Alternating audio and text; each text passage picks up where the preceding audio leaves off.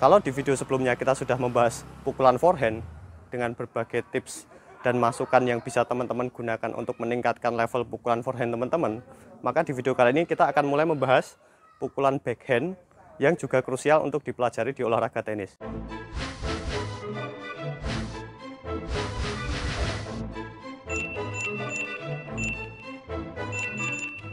Di beberapa video sebelumnya, kita sudah membahas mengenai forehand, salah satu pukulan di olahraga tenis yang krusial. Maka di video kali ini kita akan mulai membahas backhand sebagai salah satu pukulan yang juga krusial di olahraga tenis. Di tenis itu dibagi menjadi dua, yakni forehand, di mana kita melakukan pukulan dengan bagian depan tangan kita, dan backhand, di mana kita melakukan pukulan dengan bagian belakang tangan kita. Forehand dan backhand merupakan dua pukulan yang paling krusial untuk dipelajari di olahraga tenis.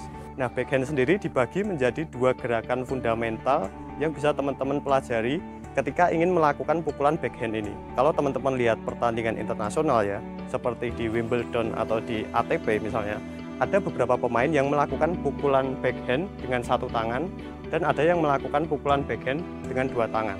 Nah, backhand satu tangan dan dua tangan merupakan dua gerakan dengan pembelajaran yang berbeda.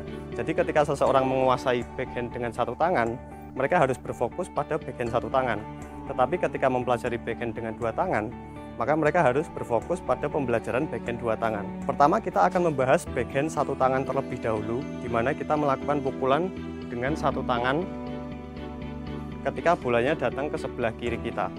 Backhand satu tangan ini merupakan backhand yang sudah banyak ditinggalkan oleh pemain-pemain pro di zaman sekarang. Jadi mereka lebih banyak menggunakan backhand dua tangan, semakin sedikit pemain pro yang menggunakan backhand dengan satu tangan. Karena backhand satu tangan itu lebih sulit untuk dikuasai.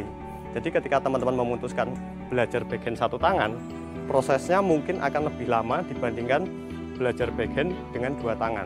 Menguasai backhand satu tangan itu lebih sulit dibandingkan menguasai backhand dua tangan. Kebanyakan pemain rekreasional itu melakukan pukulan backhand dengan dua tangan karena lebih mudah untuk dikuasai. Tetapi backhand satu tangan itu juga memiliki beberapa keuntungan yang tidak dimiliki ketika kita melakukan backhand dengan dua tangan. Keuntungan yang pertama adalah ketika kita melakukan backhand dengan satu tangan, jangkauan dari pukulan kita itu lebih luas dibandingkan dengan backhand dua tangan.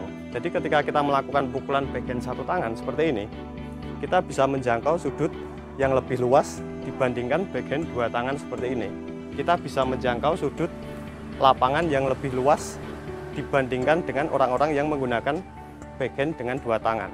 Selain menjangkau sudut lapangan yang lebih luas, backhand satu tangan juga bisa menghasilkan top spin yang lebih banyak dibandingkan backhand dua tangan. Top spin ini mempengaruhi putaran bola. Ketika kita melakukan pukulan, bolanya menukik ke bawah. Jadi pukulan yang menghasilkan putaran bola yang menukik ke bawah atau berputar ke bawah itu lebih mudah dihasilkan ketika kita melakukan backhand dengan satu tangan. Nah, selain dari dua itu, salah satu yang menjadi keuntungan dari pukulan backhand dengan satu tangan adalah kita mudah berpindah melakukan pukulan backhand satu tangan flat atau spin, berpindah ke pukulan backhand slice yang biasanya harus dilakukan ketika bolanya memantul lebih tinggi dari perkiraan. Jadi ketika orang menggunakan backhand dua tangan ya, mereka sudah melakukan ancang-ancang, tetapi bolanya memantul lebih tinggi dari perkiraan, biasanya kita akan kesulitan untuk menerima bola tersebut. Tapi dengan backhand satu tangan, ketika kita sudah bersiap melakukan pukulan backhand, kemudian bolanya memantul lebih tinggi, kita bisa berganti menggunakan backhand slice. Dan itu merupakan salah satu keuntungan yang tidak dimiliki oleh orang-orang yang melakukan backhand dengan dua tangan. Jadi ketika ada orang melakukan backhand dengan dua tangan, bolanya datang memantul lebih tinggi, biasanya mereka akan kesulitan. Tetapi ketika kita terbiasa dengan backhand satu tangan, kemudian bolanya memantul lebih tinggi, itu kita bisa melakukan variasi pukulan yang lebih mudah dilakukan dibandingkan orang-orang dengan backhand dua tangan. Kalau bolanya memantul lebih tinggi, kita bisa dengan mudah menjangkaunya, karena kita tidak perlu melakukan ancang-ancang dengan menurunkan posisi badan kita, yang nantinya akan kita bahas ketika kita masuk ke pembahasan mengenai backhand dengan dua tangan. Biasanya backhand satu tangan ini bisa teman-teman lihat ketika menyaksikan pemain yang usianya lebih senior ketika mereka bermain tenis. Kita harus melakukan banyak sekali koordinasi otot bagian bawah yang biasanya di pemain senior mereka sudah terbatas. Makanya kalau teman-teman lihat pemain senior main tenis ya, biasanya mereka menggunakan satu tangan untuk melakukan pukulan backhand.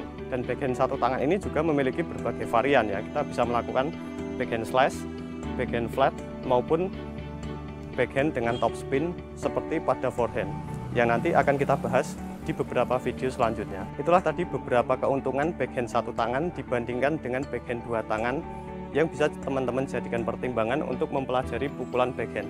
Terima kasih sudah menyaksikan, semoga informasinya bermanfaat.